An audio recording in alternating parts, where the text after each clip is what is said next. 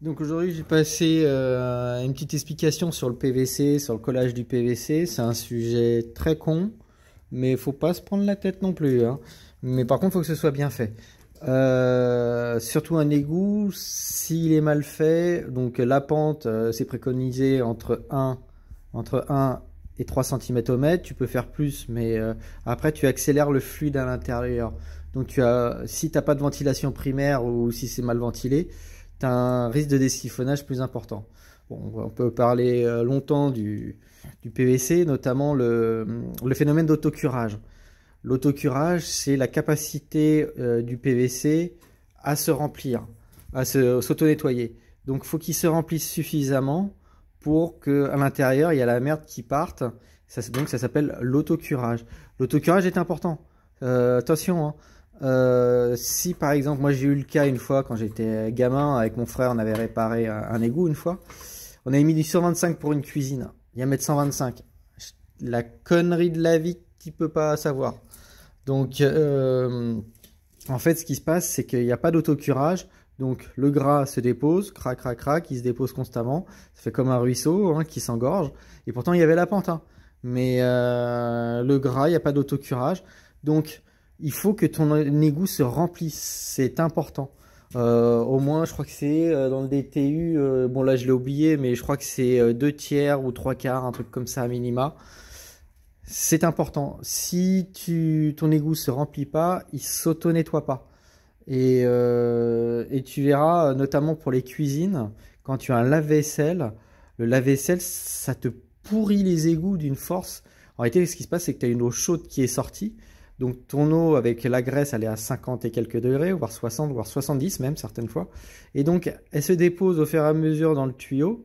Et ton tuyau, il réduit. Et le jour où tu vas couper ton tube en sortie d'égout, bah, ton truc de diamètre 40, et ben sincèrement, hein, t'as diamètre 20 hein, à l'intérieur, hein. C'est rempli de gras. Donc le phénomène d'autocurage, trop gros, c'est pas bon. Trop petit, c'est pas top. Mais à la limite, je dirais, vaut mieux peut-être même trop petit que trop gros. Parce que justement, tu as ce phénomène d'autocurage. Deuxièmement, ouais, les cols. Moi, j'ai deux cols que je fais confiance. Tangite et Ged. Tangite, bon là, c'est un vieux pot, tu vas voir. Regarde, on voit un vieux pot. Hop, tu vois, la colle, elle colle plus. Elle est plus fluide, machin. D'habitude, bon, il fait froid aussi, hein. Il fait 3 degrés dehors.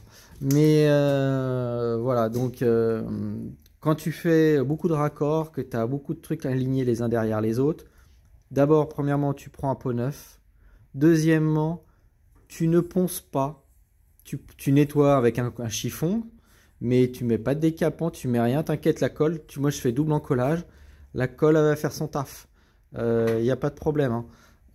Ça attaque suffisamment, en plus maintenant les technologies, ça, tu vois, je dis ça, je l'ai fait il y a 20 ans, ça tient sur 3 mm, entre 20 ans et aujourd'hui, les colles elles ont évolué, hein.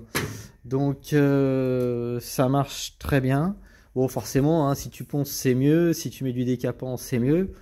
Mais te fais pas de nœud au cerveau, ça va très bien marcher. Bon, moi, je fais toujours du double encollage. Alors, il y en a qui disent oui pour, non contre, machin. Le bourrelet, machin, ceci, cela. Ouais, ok. Moi j'ai peut-être un bourrelet derrière, mais je suis pas emmerdé. Mais donc, je fais du double encollage. Et donc, comme je disais, quand tu as beaucoup de raccords, tu le nettoies au chiffon, c'est tout.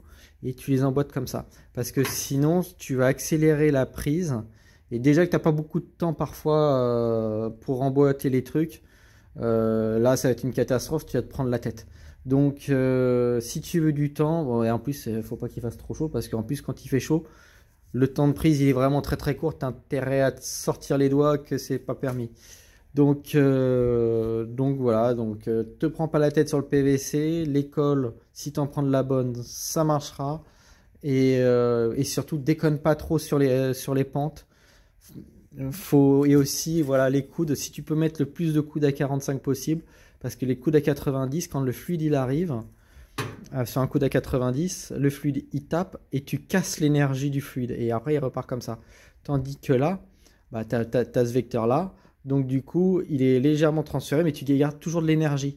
Et donc tu gardes le fluide, bon il t'en perds un peu, mais tu perds beaucoup moins d'énergie dans un coude à 45 que dans un coude à 90.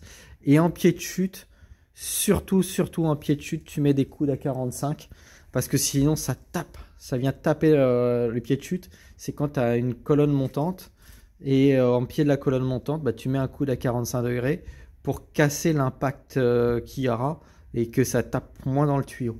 Voilà. Bon, bah allez, bah maintenant, il n'y a plus qu'à.